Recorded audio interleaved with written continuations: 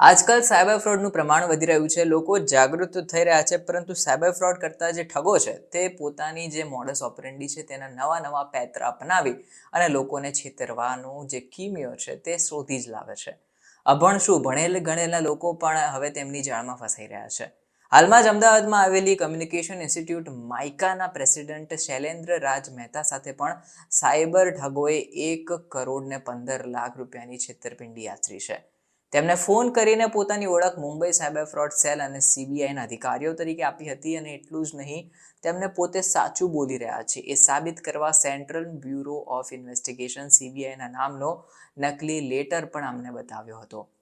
શુક્રવારે cyber crime police પાસે ફરિયાદ નોંધવા પહોંચેલા શૈલેન્દ્ર મહેતાએ જણાવ્યું કે તેઓ ગુરુવારે બપોરે પોતાની ઓફિસમાં જ હતા. ત્યારે હવે તેમને મોબાઈલ ઉપર ફોન આવ્યો હતો અને ફોન કરનારા શખ્સે પોતાની ઓળખ જેસન તરીકે આપી હતી. ઉલ્લેખનીય છે કે હવે મહેતાનું આધાર કાર્ડ તેને માગ્યું અને જેસને કહ્યું કે તાઇવાનથી એક પાર્સલ મેં તમને મોકલ્યું છે. હવે આ જે પાર્સલ છે તે મુંબઈ કસ્ટમ્સે જપ્ત કરી લીધું છે અને તેમાંથી તમારે 5 પાસપોર્ટ, 3 મોબાઈલ ફોન અને 1 લેપટોપ સહિત 200 ગ્રામ સાયકોએક્ટિવ ડ્રગ MDMA મળી આવ્યું છે. ઉલ્લેખનીય છે કે આ વાત સાંભળીને કોઈ પણ વ્યક્તિ હોય બીજું તેના પગ નીચેથી જમીન ખસકી જાય કે ડ્રગ્સ મળ્યું છે, હવે મારું શું થશે. જેસને મહેતાને આગળ કહ્યું કે તે હોટલાઇન થકી હવે મુંબઈ સાયબર ક્રાઇમ પોલીસને ફોન કરી રહ્યા છે અને થોડી વાર પછી બીજો એક શખ્સ લાઇન પર આવ્યો અને તેણે પોતાની ઓળખ પોલીસ ઓફિસર પ્રકાશ તરીકે આપી. શૈલેન્દ્ર મહેતાની પર્સનલ ડિટેલ્સ લીધા પછી પ્રકાશે તેને પૂછ્યું કે શું તે નવાબ મલિકને ઓળખે છે. મહેતાને કહેવામાં આવ્યું કે મની લોન્ડરિંગના કેસમાં તે મલિક જેલમાં છે. મલિકે ફ્રોડ કરીને 400 બેંક એકાઉન્ટ ખોલવામાં આવ્યા હતા. તેના દ્વારા કેટલાક એકાઉન્ટ્સમાં જાણીતા લોકોના નામ પણ છે અને મહેતા તેમાંથી એક છે. મહેતાને એમ પણ કહેવામાં આવ્યું કે તેમનો ફોન ક્લોન કરી દેવામાં આવ્યો છે અને એટલે તેઓ હવે ઇન્ટરનેટ કોલિંગ એપ્લિકેશનથી ફોન કરશે. શૈલેન્દ્ર મહેતા પ્રકાશ સાથે વાત કરી રહ્યા હતા એ વખતે જ તેમને એક લેટર મોકલવામાં આવ્યો.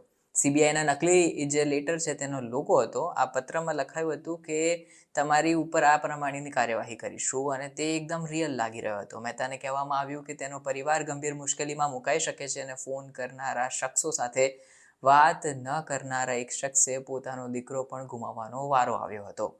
શૈલેન્દ્ર મહેતાને પોતાના ઘરે જવાની સૂચના આપવામાં આવી અને તેઓ ઘરે જઈ રહ્યા હતા ત્યારે રસ્તામાં સતત ધુતરાઓએ તેમની સાથે વાત ચાલુ રાખી હતી. બીજા દિવસે એટલે કે શુક્રવારે બાલસિંહ રાજપૂત નામના એક શખ્સનો મહેતાને ફોન આવ્યો હતો અને તેને પોતાની ઓળખ મુંબઈ સાયબર ક્રાઇમ પોલીસ તરીકે આપી હતી. મહેતાને કહેવામાં આવ્યું હતું કે તેના નામનું વોરંટ નીકળી જાય પછી સીબીઆઈ ઓફિસર જ્યોર્જ મેથ્યુ તેને ફોન કરશે. થોડી વારમાં મેથ્યુનો ફોન આવ્યો અને તેણે કહ્યું કે મહેતાના એકાઉન્ટમાંથી કેટલાક શંકાસ્પદ ટ્રાન્ઝેક્શન થયેલા છે. મેથ્યુએ મહેતાને ક્વોલિટી ફૂડ ટ્રેડર્સના ખાતામાં 1 કરોડ રૂપિયા અને 15.11 લાખ રૂપિયા શિવમ ચેરિટેબલ ટ્રસ્ટના એકાઉન્ટમાં ટ્રાન્સફર કરવાની સૂચના આપી હતી. હવે કથિત ઓફિસરોએ મહેતા પાસે આ ટ્રાન્ઝેક્શન કરાવડાવ્યા જેથી ચકાસી શકાય કે તેમના એકાઉન્ટમાંથી થયેલા ટ્રાન્ઝેક્શન આરબીઆઈ જે છે તેના સર્વરમાં દેખાઈ રહ્યા છે કે નહીં.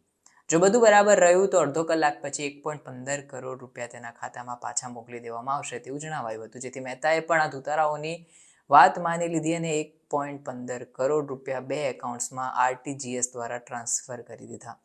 હવે જ્યારે મહેતાના રૂપિયા પાછા ના આવ્યા ત્યારે તેમણે ઇન્ટરનેટ કોલિંગ એપ્લિકેશન થકી ઓફિસરોને ફોન કર્યો અને તેમના હોદ્દા પૂછ્યા હતા. ત્યારે તેમણે કહ્યું કે તેઓ આઈપીએસ અધિકારીઓ છે. જ્યારે મહેતાએ કહ્યું કે આઈપીએસ ઓફિસર કોઈ હોદ્દો નથી ત્યારે તેમણે તેની ધરપકડ કરવાની ધમકી આપી હતી. ઉલ્લેખનીય છે કે આ પછી મહેતાએ પોતાની બેંકમાં અને જે નેશનલાઇઝ બેંક એકાઉન્ટ છે તેમાં રૂપિયા ટ્રાન્સફર કરવાનું કહેવામાં આવ્યું હતું તેમાં તપાસ કરાવી. બેંકવાળાએ કહ્યું કે તે સાંભળીને મહેતાના પગ નીચેથી જમીન નીકળી ગઈ, કેમ કે બેંકવાળાએ અલગ જ આખી વાત જણાવી.